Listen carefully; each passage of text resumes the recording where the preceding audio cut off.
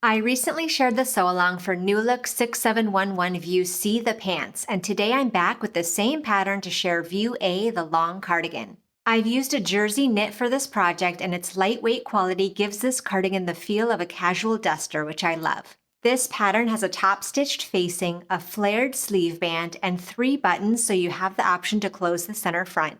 This is a quick and easy sew. Let's get started.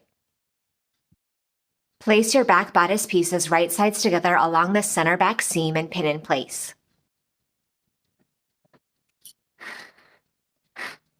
Sew the center back seam with a 5/8 inch seam allowance from top to bottom, then I'm going to press the seam open.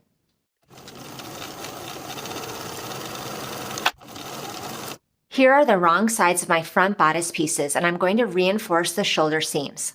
I'm going to apply strips of knit interfacing to those top shoulder edges, fusing them in place to help make sure that these seams don't overstretch over time. Now I'll place my front and back bodice pieces right sides together and pin the shoulder seams and the side seams on both sides. Then we'll sew both side seams and both shoulder seams with a 5/8 inch seam allowance and press the seams open.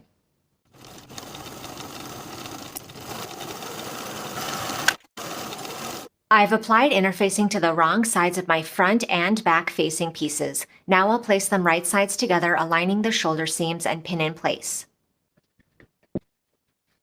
I'll sew these shoulder seams with a 5/8 inch seam allowance and press the seams open.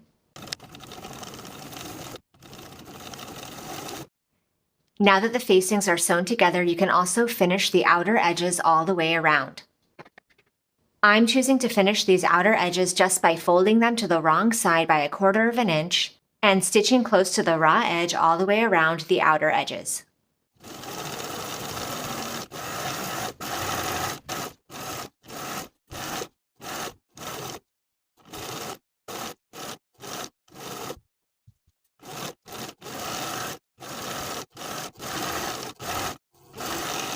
Place the facing and the bodice right sides together all along the center front and the back neckline, and pin in place.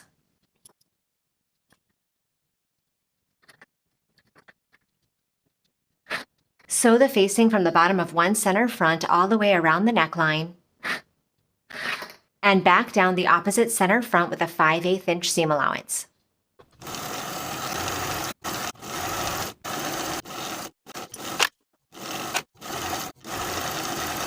Now I'm going to trim the seam that we just sewed by about half all the way around.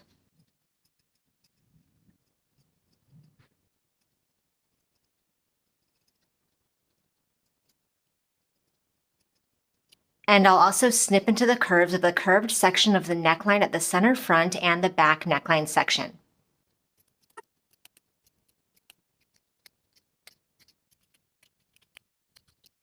Then we're going to understitch the facing, turning the facing over its seam allowance, then sewing the facing to the seam allowance underneath with about 1/8 inch seam allowance around this entire area we just stitched.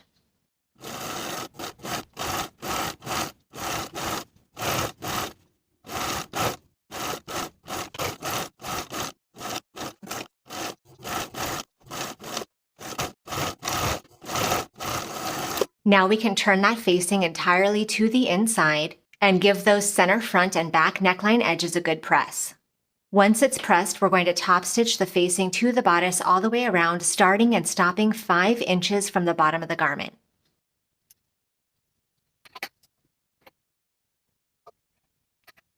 So I'm going to start my stitching 5 inches from the bottom of one center front, stitching with a 1 inch seam allowance, all the way around the center front and the neckline, and once I'm back at the bottom of the center front on the opposite side, I'll stop my stitching 5 inches from the bottom center front.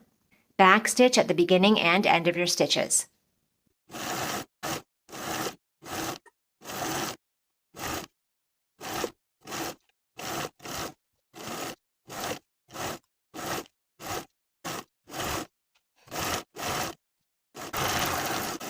We're going to finish the bottom edges of the facing along those center front corners by flipping the facing right sides together with the bodice along that bottom unsewn portion. I'm going to pin the bottom of the facing to the bottom of the garment on both sides. And I'll quickly mark myself a 1¼ inch seam allowance.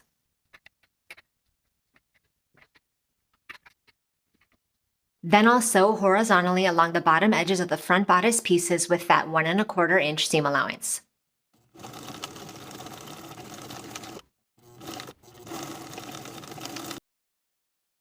I'm going to trim those bottom seam allowances by about half, just as far as the facing.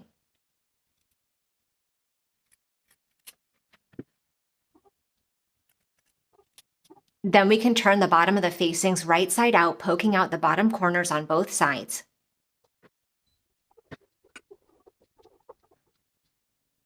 Now I can press the remainder of the bottom hem to the wrong side by 1¼ inches. Once I have that hem pressed in place all the way across, I'm going to tuck the raw edge underneath itself to meet the folded pressed edge. And I'll give that hem another press straight across. I'm going to sew from one outer edge straight across along the upper folded edge of the hem, all the way across to the opposite side. After the hem for both of the bottom center fronts, I'm going to continue that 1 inch seam allowance all the way to the bottom of the garment for both sides.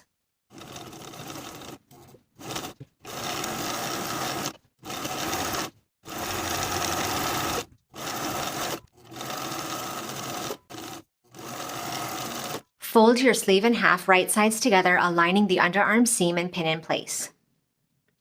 Sew at 5/8 of an inch and press the seam open. Fold the sleeve band piece right sides together and sew the side seam with a 5/8 inch seam allowance.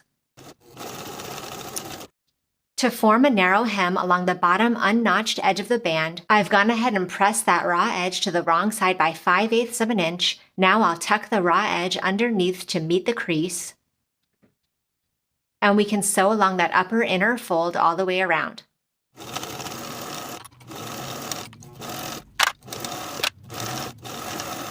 Place the hemmed sleeve band and the bottom of the sleeve right sides together, aligning the raw edges and pin in place. We're going to sew this seam twice, first with a 5/8 inch seam allowance all the way around, then once more with a 1/2 inch seam allowance. Then we can press that seam up toward the sleeve.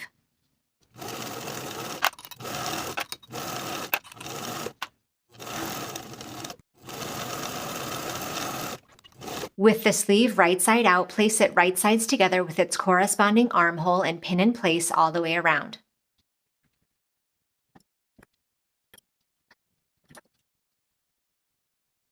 Now, just as we did to attach the band to the bottom of the sleeve, we're going to sew this armhole seam twice, first at 5/8 of an inch, then once more at 1/2 of an inch.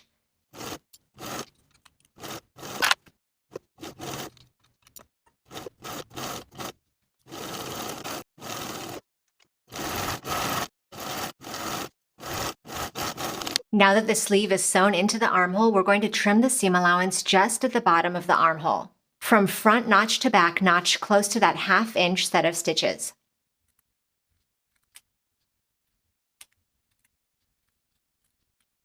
Now along my right front bodice piece, I've marked from my buttonhole guide where the 3 buttons are going to be placed, and I'll sew them in place. Then sew the buttons in place on the left side across from the buttonholes.